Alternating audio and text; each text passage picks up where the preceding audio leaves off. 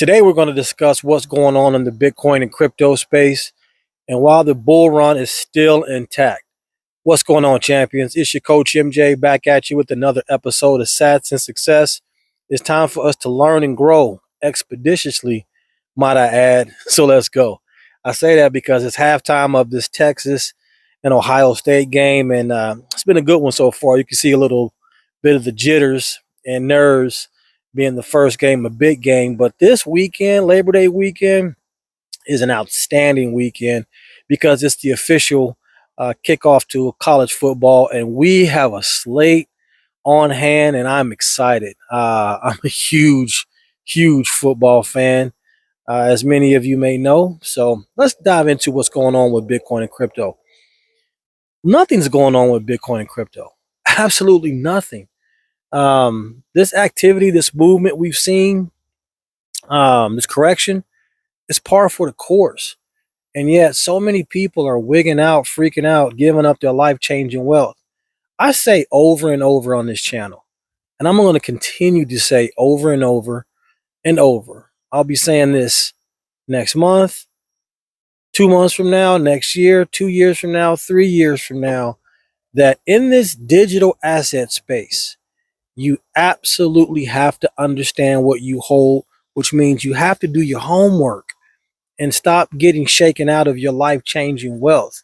You got a lot of whales that's playing whale games. Heck, you had a whale that I think he bought 36, he's dumped 36,000 Bitcoin on the spot market. Okay.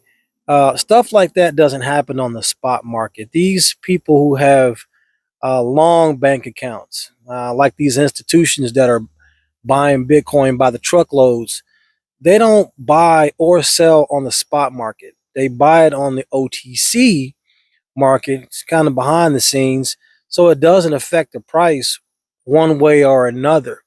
So when you see a whale that dumps 36,000 Bitcoin on the spot market, that's nothing but manipulation in games, man. That's all that is.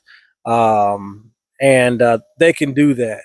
But the one thing that's encouraging is that back in the day, that would have totally crashed Bitcoin. It didn't. I mean, we had a little correction, but again, it's par for the course. If you've been in this space long enough or you're looking to get into this space, one thing you have to understand about this space is the volatility of it.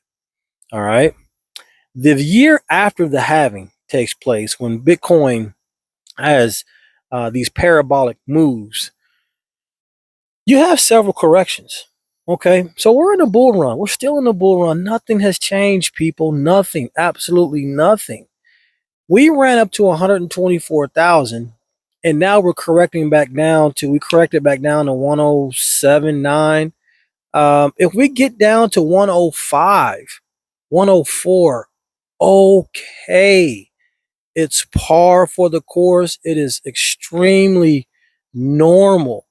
And what happens is you get people that are jumping into the space who have no idea what they have, no idea that this asset is extremely volatile, not as volatile as it used to be. I think the institutions have come in and their buying has calmed some of the volatility down, but it's still volatile. And so when Bitcoin runs up to 124 like it did earlier this month and created a new all-time high, you get some people. I guarantee you, they have some people that see the price action, see the price movement, don't want to miss out, and they dive in, not understanding what it is that they hold. So when we correct back down to 108, like we're doing right now, maybe 104, 105, they sell. And then when Bitcoin runs to 130, sometime in September, October, who knows, they buy back in at a higher price. Same thing happened in December. All right. Bitcoin ran up to 107.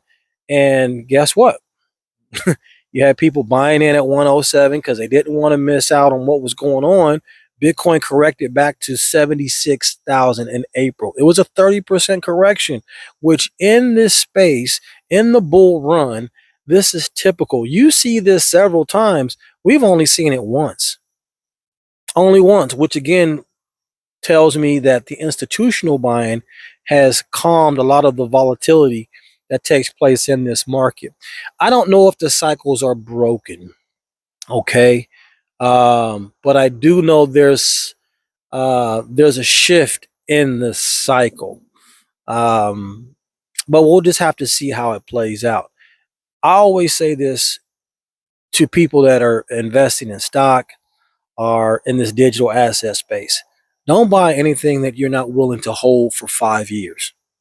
If that's your mentality when you enter into Bitcoin in the crypto space and you start looking at some of these projects like Ethereum, Cardano, XRP, Solana, Sui, Say, and so forth. When you start looking at these projects, if you're not willing to hold these projects for 5 years, don't buy it.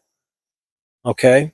If you're looking for a get rich quick opportunity, unfortunately, you can in Bitcoin because you have the meme casino. But that's not how you play this game. Okay. This is so that this space is giving you an opportunity to change your life, change your financial health, and change the health of your family because you can create generational wealth if you put in the time, effort, and energy to understand what you hold and know why you hold it. But back to what's going on with Bitcoin and the digital assets, all the other altcoins and crypto, nothing. Nothing at all. If Bitcoin pulls back to 104, 105, and some of your other favorite projects pull back to 104, pull back, I'm sorry, will you be in position to acquire more? That's the only question that should be asked at this point. Not what's going on with Bitcoin, what's going on with all these other altcoins. That's not the question we should be asking. The question is, do you have dry powder to be able to take advantage of these dips? Because I guarantee you, these big boys and these whales, that's what they're doing. That's exactly what they're doing.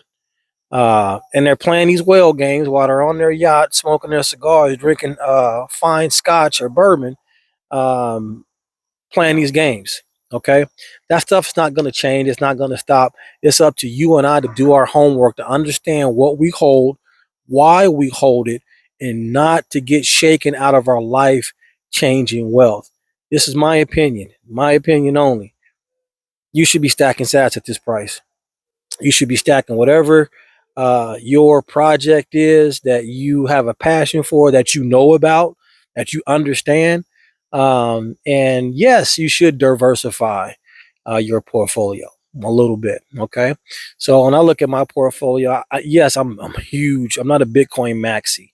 I believe in a lot of different projects that are going to do phenomenally well over the years. And so I have several things in my portfolio other than Bitcoin. I do have Ethereum. I do have Solana. I have Cardano. I have Ripple. I have Sui. I have um, Matic, although it's performing horribly right now.